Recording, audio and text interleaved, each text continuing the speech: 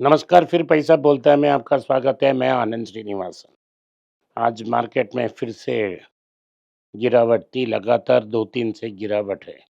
लेकिन global markets बहुत अच्छे मूड में हैं और अच्छे रिजल्ट्स दे रहे हैं और मार्केट ऊपर जा रहा है क्योंकि ऑयल स्टॉक्स रैली हो रहे हैं अमेरिका में।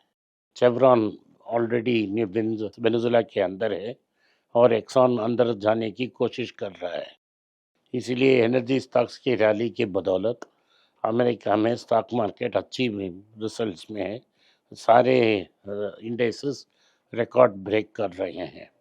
सेमीकंडक्टर स्टॉक्स भी अच्छे रिजल्ट्स दे रहे हैं। रुपी 90 तक पहुंच गई है। लेकिन भारत में एक अनोखी गेम हो रही है। आज भी मार्केट 38 पॉइंट गिरी, लेकिन बैंक निफ्टी पॉजिटिव थी। इसमें क्या गेम खेला जा रहा है मुझे पता नहीं, लेकिन आपको कुछ दिन पहले मैंने कहा था कि पब्लिक सेक्टर स्टॉक्स को मैनिपुलेट करके मार्केट को ऊपर रख रहे हैं। इसका एविडेंस मैं आज देता हूँ। इंडिया की टॉप 5 कंपनीज में 2 कंपनीज हैं, एचडीएफसी बैंक और रिलायंस। रिलायंस कल 5% गिर गया क्योंकि वेनेजुएला में रूमर्स था कि उनकी जामनगर पोर्ट के पास कुछ सस्पेक्टेड टैंकर्स मिले और न्यूज़ फट गया कि शायद अमेरिका में रिलायंस पर सैक्शंस लग सकती है। तो मार्केट 5% रिलायंस को गिरा दी है। आज भी रिलायंस फ्लैट था, माइल्डली नेगेटिव था, कुछ बड़ा डेवलपमेंट नहीं था। ये पहला पॉइंट था। नहीं, दूसरी है एचडीएफसी बैंक कल -5%, आज 1.5% माइनस। 2 दिन को मिला के लगभग 7% माइनस है। ये तो महागज है। जो ये दोनों महारथी इंडेक्स की मेन पिलर्स हैं। इस दोनों में 5 और 7% गिरावट है, फिर भी निफ्टी को मैनिपुलेट कर रहे हैं। ट्रेंड का भी जो इंडेक्स में है वो कल 8% गिरा, डीमार्ट भी गिरा। सब जब महारथी स्टॉक्स गिर रहे हैं, इंडेक्स उतना नहीं गिर रहा है। यही कोल इंडिया और पब्लिक सेक्टर बैंक्स की बदौलत मार्केट को ऊपर रख रहे हैं। ये बहुत दिन के लिए चलेगा नहीं, क्योंकि और मार्केट में गिरावट आ सकती है। एचडीएफसी का बैंक का प्रॉब्लम है, ये है कि उनकी लोन टू डिपॉजिट रेशियो बहुत ज़्यादा है, लगभग 100 के आसपास है। 85 तक आना चाहिए। 85 आने के लिए 3 या 4 साल आ जाएंगे। कि तब तक क्या एचडीएफसी बैंक पे इतना प्रेशर होगा, मुझे पता नहीं। ये प्रॉब्लम एचडीएफसी बैंक और एचडीएफसी की मर्जर के पास हो रही है। लेकिन अगर इंडिया मोस्ट वैल्यूएबल बैंक इतना गिर रहा है तो बैंक निफ्टी कैसा ऊपर जा रहा है मुझे पता नहीं। अगर ये सीधा फिशी नहीं है, क्या फिशी होगा आप ही समझ लीजिए। तो लगता है मुझे कुछ उल्टा सीधा हो रहा है। सोना के दाम में आज सुबह इजाफा हुआ था 70 रुपया, शाम आते आते वो 70 रुपया गिर गया, 12,800 तक पहुंच गया है। मार्केट नीचे ऊपर लेके जा रही है, लेकिन ग्लोबल अनसर्टेनिटी है और सबको फियर ये है कि रशिया क्या कर सकती है। अगर रशिया और अमेरिका चाइना कुछ उल्टा सीधा किया है तो गोल्ड और ऊपर जा सकता है। अगर अमेरिका रेट कट करती है जैसा ट्रम्प चाहते हैं, वो भी गोल्ड के लिए पॉजिटिव है। तो गोल्ड के लिए अच्छे ही अच्छे दिन हैं और कोई संकट नहीं है।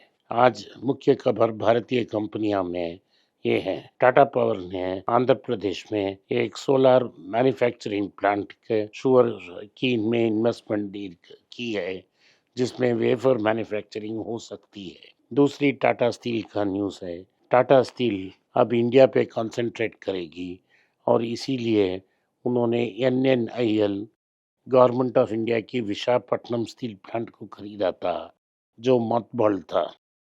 उसको उन्होंने रिवाइव किया, एक्सपेंड किया और लोगों की एक्सपेक्टेशन है कि टाटा स्टील लॉन्ग प्रोडक्ट्स को डोमिनेट करेगी।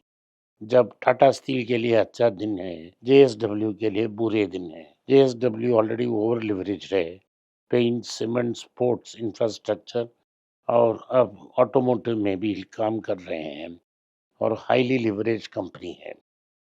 एक तरफ उनके लिए खुशखबरी ये है कि JSW इस साल $1 बिलियन की रेवेन्यू कर चुकी है 9,000 की, लेकिन इस पर लॉसेस सर्ज हो रहे हैं। JSW ऑलरेडी ओवर लिवरेज है, अगर कर्ज ले रही है तो और ओवर लिवरेज हो जाएगा। इसका सॉल्यूशन क्या होगा हमें पता नहीं।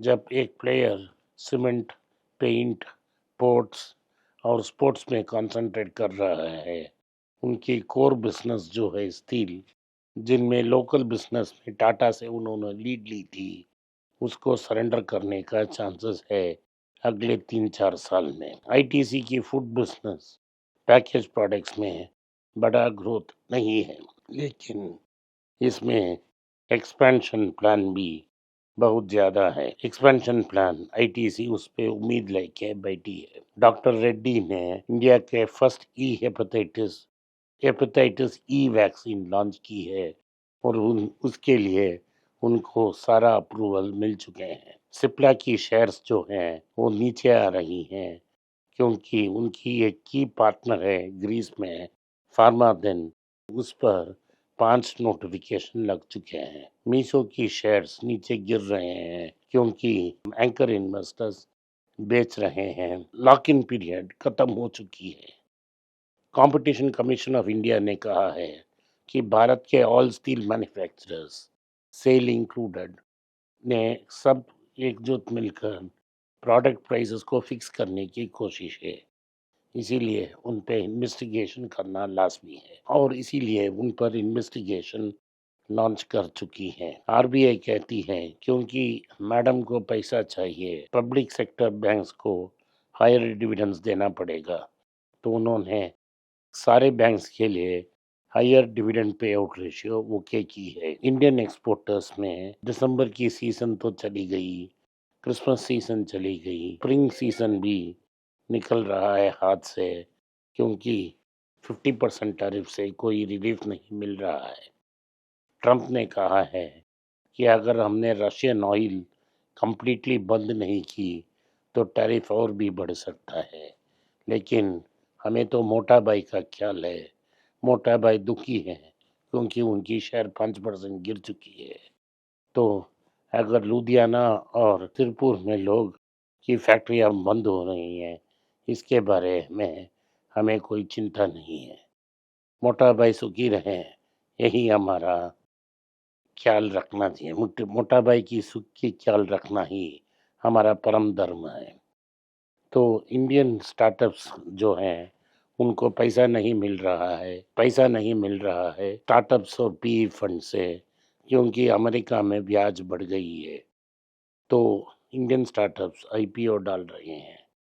अगर वो नॉन प्रॉफिटेबल आईपीओ में अपना पैसा डाला डायरेक्टली और थ्रू म्यूचुअल फंड्स, आपका पैसा का राम राम हो जाएगा। इसके लिए पेटीएम जैसा, ओला जैसा कंपनी में पैसा डालना म्यूचुअल फंड्स की शौक है क्योंकि वो अदर पीपल्स मनी है, लेकिन ये आपके लिए अदर पीपल्स मनी नहीं है, आपकी पैसा है, डूब जाएगा।